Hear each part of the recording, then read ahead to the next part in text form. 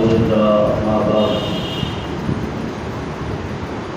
قال رسول الله صلى الله عليه وسلم خيركم من تعلم القرآن وعلمه.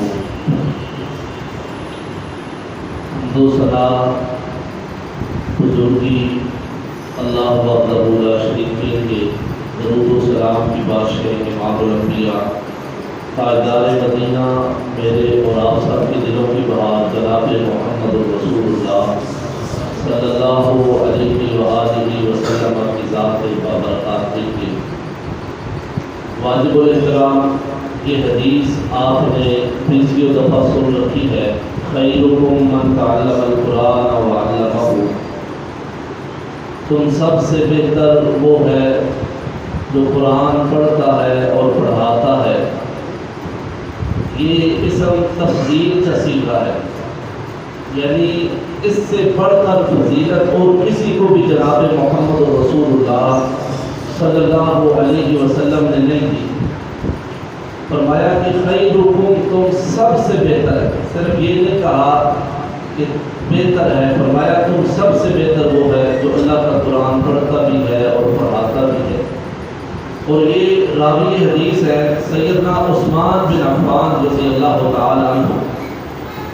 تو ان کی بڑے فضائل اور مناقب ہیں، اور یہ قرآن مجید صرف انہوں نے ایک روایت کی حد تک جناب محمد رسول اللہ صلی اللہ علیہ وسلم کی حدیث بیان نہیں کی، بلکہ ان کا قرآن مجید پر بہت زیادہ قرآن مجید کے ساتھ تعلق بالقرآن تھا. ان کے ساتھ انہیں جامع القرآن بھی کہا جاتا ہے.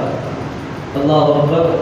اور اس قدر ان کو فضیلت حاصل ہے کہ امام کائنات جناب محمد رسول اللہ صلی اللہ علیہ وسلم جب مدینہ منورہ میں تشریف لائے، ایک کنواں تھا جو بئر روما جسے کہا جاتا ہے، میٹھا کنواں تھا.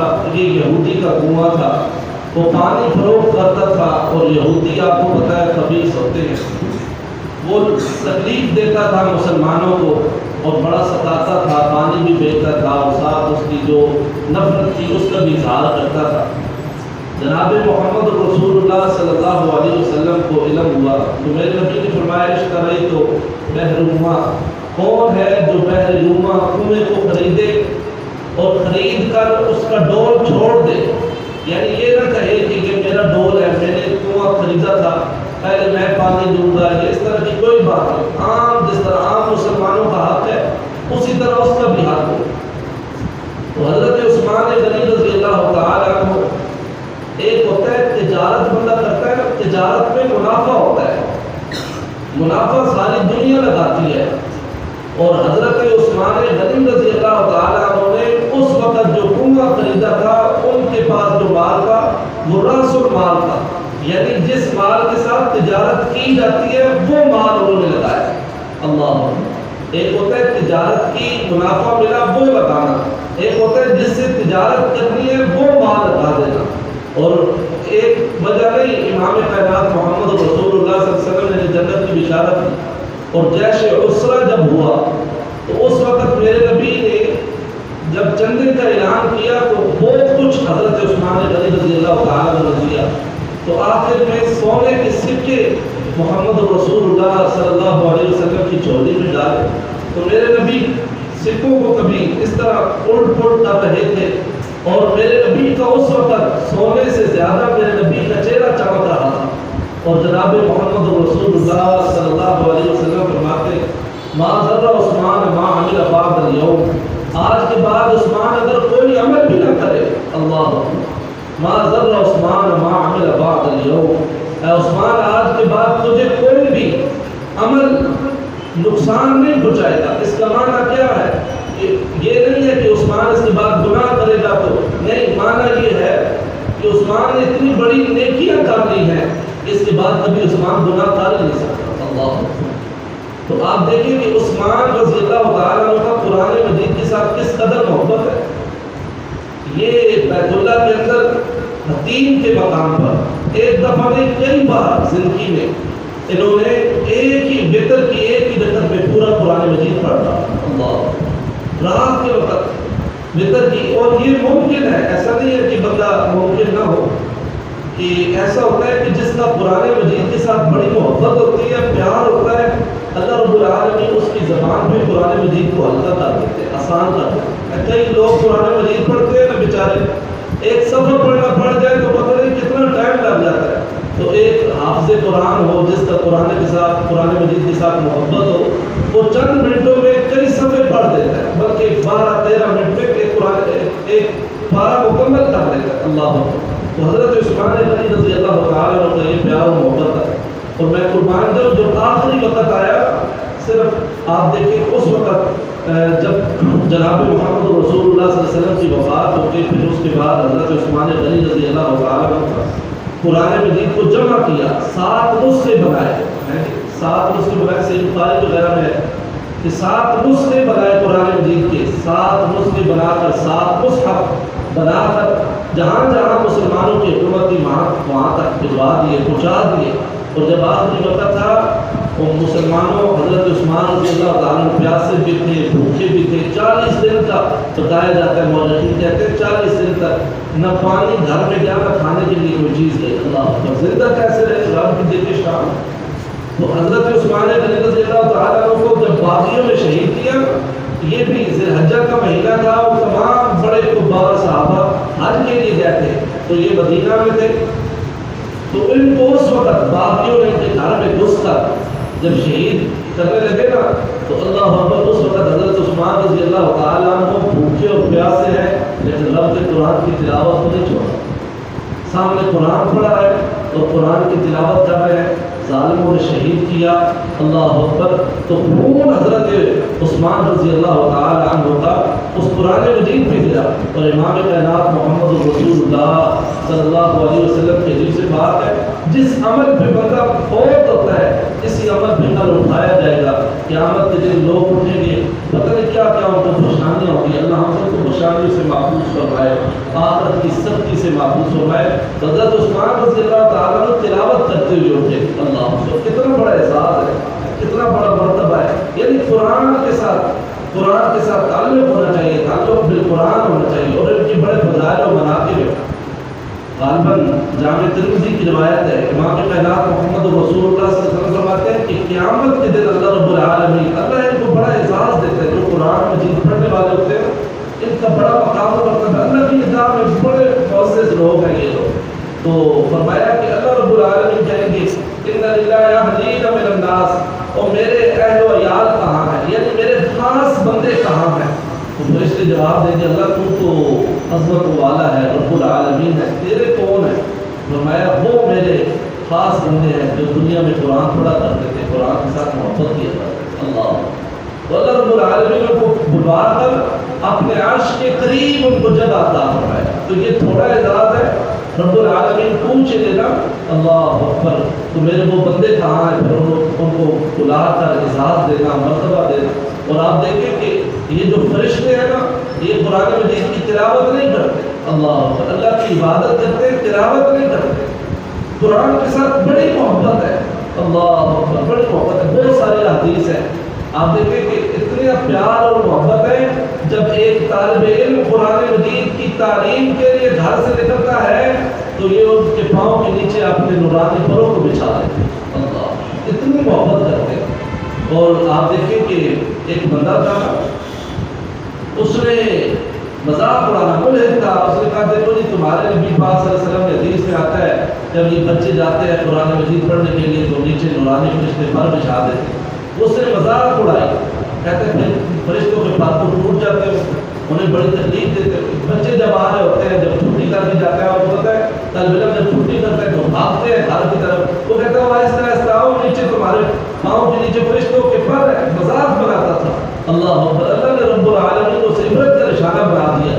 چند دن گزرے، پھر اس نے یہ کہا، لوگوں نے سمجھایا بھائی ایسے نہ کہا تھا، اللہ اکبر، پھر اس نے کہا اللہ رب العالمین نے لوگوں کے سامنے اس پر والد کا اٹیک کر دیا، اللہ اکبر، اللہ نے عبرت کا نشانہ بنا دیا۔ تو یہ جناب محمد رسول اللہ صلی اللہ علیہ وسلم کی حدیث کا مذاق اڑانا یا طلباء کا مذاق اڑانا، یہ سمجھنا میرے نبی نے فرما دیا ہے، ہم آنکھوں سے دیکھیں یا نہ دیکھیں، ہمارا یقین ہونا چاہیے کیونکہ محمد رسول اللہ صلی اللہ علیہ وسلم نے فرمایا۔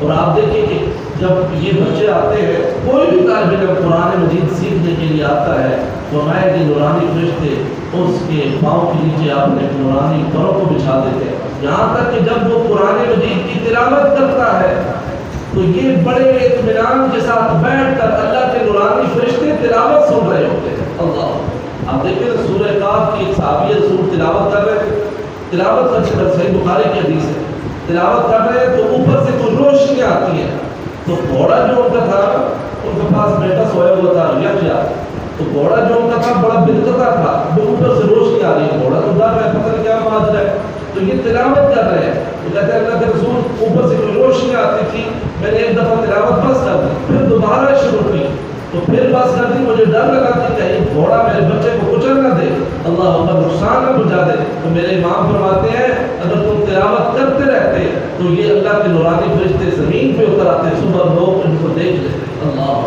تو محبت کے ساتھ تلاوت کرنا اور پیار کے ساتھ، اور قرآن مجید کا اعزاز ہے، امام خیرات جناب محمد رسول اللہ صلی اللہ علیہ وسلم، آپ دیکھیں غزوہ احد کے موقع پر جب صحابہ کرام شہید ہوئے، ویسے صحابی کی بڑی فضیلت ہے، لیکن 10 12 آدمیوں کی، 5 آدمیوں کی ایک قبر کھودی گئی، بھائی 70 شہید ہیں، کہاں 70 قبریں کھودیں گی، تو قبریں کھودی گئی اجتماعی طور پر، تو سب سے پہلے قبر میں اس بندے کو رکھا گیا جو سب سے زیادہ قرآن کا جاننے والا۔ اللہ، کس وجہ سے کہ اللہ رب العالمین قرآن والوں کا حیا کرتا ہے، یہ قبر میں پہلے ہوگا تو اللہ رب العالمین کو قبر کی سختی سے محفوظ کرتا ہے۔ ویسے بھی شہید ہے اور نبی کے صحابہ بھی ہیں، تمام فضیلتیں ہیں، لیکن آپ دیکھیں کہ آخری وقت میں قبر میں رکھنے کا موقع آیا تو میرے نبی نے پہلے کن لوگوں کو رکھا، کس وجہ سے رکھا، یہ بھی بات یاد رکھیے، اس وجہ سے رکھا کہ اللہ رب العالمین ان کے ساتھ بڑا پیار کرتا ہے، حیا کرتا ہے،